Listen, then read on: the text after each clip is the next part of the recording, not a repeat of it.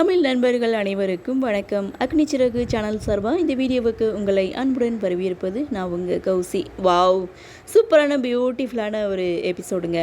மதுமிதா கௌதம் ரெண்டு பேருமே கல்யாணத்துக்கு ஓகே சொல்லிட்டாங்க, அதுவும் குடும்பத்துக்காக. இருந்தாலும் மது ஓகே சொல்லும்போது நம்ம கௌதமுக்கு மனசுக்குள்ளே ஏதோ ஒன்று பண்ணும் பாருங்கள். க்யூட்டான ஒரு எக்ஸ்ப்ரெஷனோட இன்றைக்கி எபிசோடை முடிச்சிருப்பாங்க.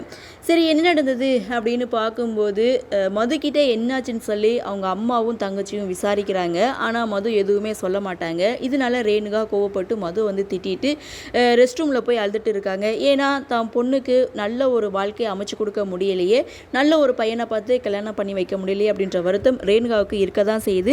இருந்தாலும் எப்படியும் தான் பொண்ணுக்கு கல்யாணம் பண்ணி வச்சிடலாம் அப்படின்னு சொல்லிட்டு ரெஸ்ட் ரூமை விட்டு வெளியில் வந்த ரேணுகா மதுக்கிட்டே பேசுகிறாங்க. நாங்கள் பேசினா மட்டும் கதறி கதறி அலற, ஆனால் வெளியில் ரொம்ப போல்டாக பேசுகிற, அதுக்கு என்ன காரணம் அப்படின்னு சொல்லி ரேணுகா மதுக்கிட்ட கேட்குறாங்க. அப்போ மது ஒரு விஷயத்த சொல்கிறாங்க. ஒரு பொண்ணுக்கு கல்யாண வயசை தாண்டிடுச்சு அப்படின்னாவே அவங்களுக்குள்ளேயே இன்செக்யூரிட்டி காம்ப்ளெக்ஸ் வந்துடும். ஸோ இதனால் ஒருத்தவங்க தங்கிட்ட பேசும்போது அவங்க அனுதாபமாக பேசுகிறாங்களா, எப்படி பேசுகிறாங்க அப்படின்றது எங்களால் புரிஞ்சுக்க முடியும். அது கடவுள் எங்களுக்கு கொடுத்துருக்க வரோம். தங்களை அதாவது எங்களை நாங்களே காப்பாற்றிக்க நாங்கள் கோபத்தை வெளிப்படுத்துவோம் அப்படின்னு சொல்லி இங்கே ரேணுகா கிட்ட மது பேசிகிட்டு இருப்பாங்க. அப்போ தான் தான் பொண்ணை ரேணுகா புரிஞ்சிட்டு இருப்பாங்க. ஸோ அப்படியே சீனை கட் பண்ணால் இங்கே கௌதம் ப்ரொப்போஸ் பண்ண போயிருக்க விஷயத்த இங்கே சகுந்தலா சந்தோஷ் கிட்ட சொல்கிறாங்க. சந்தோஷ் ரொம்பவே சந்தோஷப்படுறாரு. அந்த சமயம் கௌதம் என்ட்ரி கொடுக்குறாங்க. அப்போ கௌதம் கிட்ட இதை பற்றி கேட்கும்போது, என்கிட்ட எதுவும் கேட்காதீங்க, எனக்கு ரொம்ப டயர்டாக இருக்குது, தனியாக டிஸ்டர்ப் பண்ண வேணான்னு சொல்லிட்டு அவர் அங்கேருந்து போகிறாங்க. என்னடா இவன் இப்படி சொல்லிட்டு போகிறான் அப்படின்னு சொல்லிட்டு சகுந்தலா ஒரு பக்கம் நினச்சாலும் மது கௌதம் இவங்க ரெண்டு பேருடைய கல்யாணத்தை எப்படியாவது நடத்தியே தீரணும் அப்படின்ற முடிவில் அவங்க இருக்காங்க. அப்படியே சீனை கட் பண்ணால் மறுநாள் பார்த்திங்கன்னா கௌதம் பழனிசாமி ஒரு பொண்ணுக்கிட்ட ப்ரொப்போஸ் பண்ணாங்க அப்படின்னு சொல்லிட்டு டிவியில் நியூஸ் வருது, பேப்பர்லையும் ஆட் கொடுத்துட்டாங்க.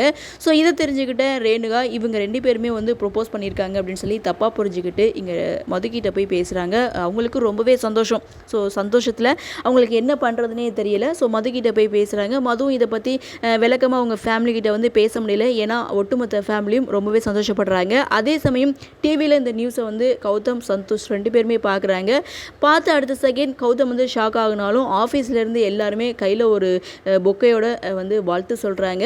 இதனால் கௌதம்னாலையும் நடந்த விஷயத்தை வெளியில் சொல்ல முடியலை. ஸோ என்னடா இது அப்படின்னு சொல்லி ரெண்டு பேருமே திருன்னு முளைச்சிட்டு இருக்காங்க.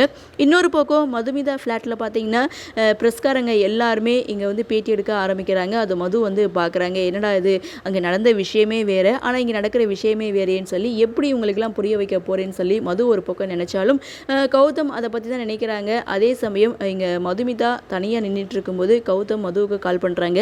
நடந்த விஷயத்தை பற்றி இவங்க ரெண்டு பேருமே டிஸ்கஸ் பண்ணும்போது அங்கே நடந்த விஷயம் வேறு, அங்கே இங்கே பேசிகிட்டு இருக்க விஷயம் வேறு, இவங்களுக்கெல்லாம் எப்படி புரிய வைக்கிறது அப்படின்னு இவங்க ரெண்டு பேரும் பேசிட்டு கடைசியாக ஒரு முடிவெடுக்கிறாங்க. நீங்களும் குடும்பத்துக்காக தான் யோசிக்கிறீங்க, நானும் குடும்பத்துக்காக தான் யோசிக்கிறேன், நம்ம ரெண்டு பேரும் கல்யாணம் பண்ணிக்கினா என்ன, ஸோ நீங்கள் என்ன கல்யாணம் பண்ணிப்பீங்களா அப்படின்னு சொல்லி கௌதம் நேரடியாகவே மதுக்கிட்ட கேட்குறாங்க.